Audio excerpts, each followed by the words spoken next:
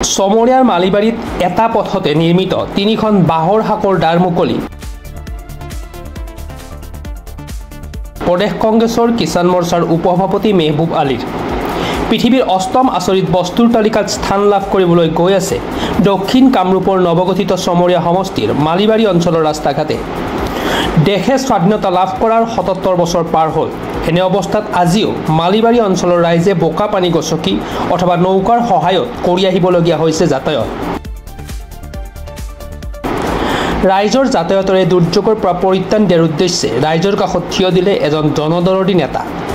অসম প্ৰদেশ কংগ্ৰেছৰ কিষাণ মৰ্চাৰ উপসভাপতি মেহবুব আলীৰ সহানুভূতিত এটা পথতে নিৰ্মাণ তিনিখনকৈ শাকো। ১ নং আৰু ৩ নং মালিবাৰী গাঁৱৰ মাজেৰে দুৰামাৰী মালিবাৰী চিকিৎসালয় সংযোগী পথৰ তিনিটাকৈ খালৰ ওপৰত নিৰ্মাণ কৰা উক্ত বাঁহৰ শাকৰ আজি আনুষ্ঠানিকভাৱে দ্বাৰ মুকলি কৰে মেহবুব আলীয়ে।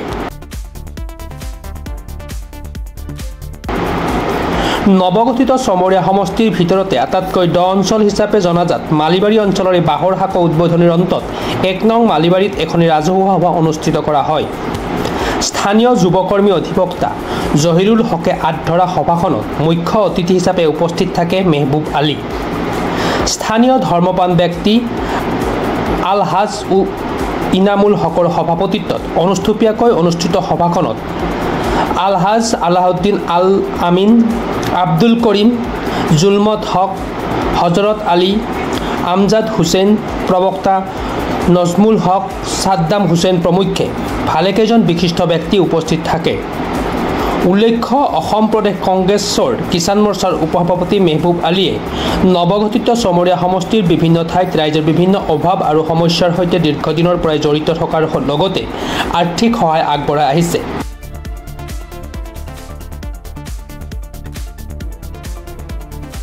এতিয়া কথা হ'ল, প্ৰথমে আপোনালোকক ধন্যবাদ জনাইছোঁ।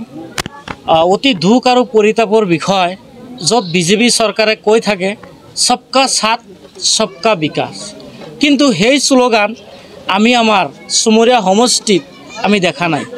যাৰ কাৰণে আজি আপোনালোকেও দেখা পাইছে, যি সময়ত চন্দ্ৰত মানুহ বসবাস কৰি আছে আৰু সেই সময়ত মালিবাৰী এৰিয়াৰ ৰাইজ আজি বাঁহৰ শাকৰ ওপৰেদি পাৰ হ'ব লগা হৈ আছে। ইয়াতে বিভিন্ন স্কুলীয়া ল'ৰা ছোৱালীৰ পৰা আৰম্ভ কৰি একদম মেডিকেল পৰ্যন্ত, অৰ্থাৎ বৃদ্ধ আই মাতৃও ইয়াত আমি এম্বুলেন্সৰ সুবিধা আজিলৈকে পোৱা নাই। যাৰ কাৰণে মই চৰকাৰক আহ্বান কৰিছোঁ যে আপোনালোকে যিটো কৈ থাকে সবকা সাথ সবকা বিকাশ, কিন্তু আপোনালোকে সেইখিনি আমাৰ এই মালিবাৰী অঞ্চলত যে পৰা নাই, সেইটো একটা দুৰ্ভাগ্যজনক কথা।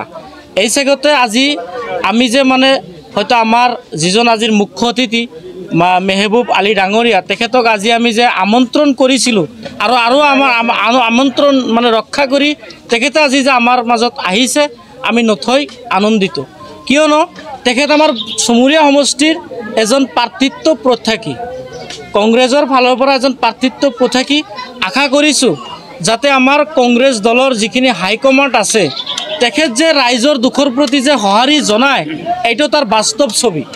আমি দেখা পালোঁ যে আমি সাধাৰণ মানুহে যে তেখেতৰ লগত যোগাযোগ কৰিছোঁ, বা তেখেতে যে আজি আমাৰ অঞ্চলত এজন বিশিষ্ট ব্যৱসায়ী আছিল মাননীয় নুৰ ইছলাম আলী ডাঙৰীয়া আৰু আমাৰ জুলমত বাই ডাঙৰীয়া, তেখেতসকলে আমাৰ লগত বহুত সহযোগ কৰিছে আমাৰ দাদাক ইয়াতে আনাৰ কাৰণে। এই বাঁহৰ দলংখন নিৰ্মাণৰ ক্ষেত্ৰত মেহবুব আলী ডাঙৰীয়া কিবা আৰ্থিক সকাহ আছে নেকি, হাত আছে নেকি?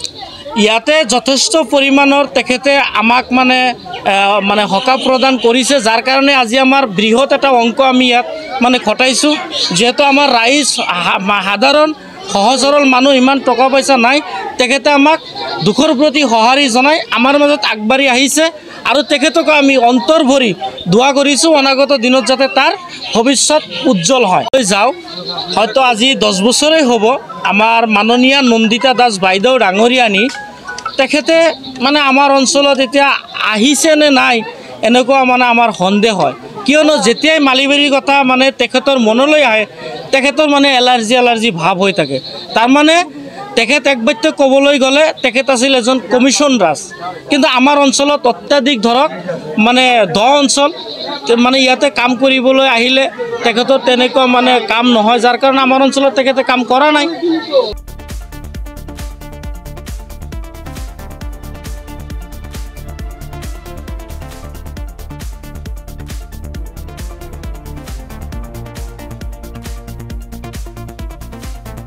চমনিয়াৰ পৰা সাইফুল ইছলামৰ ৰিপৰ্ট প্ৰাতঃ টাইম ডিজিটেল।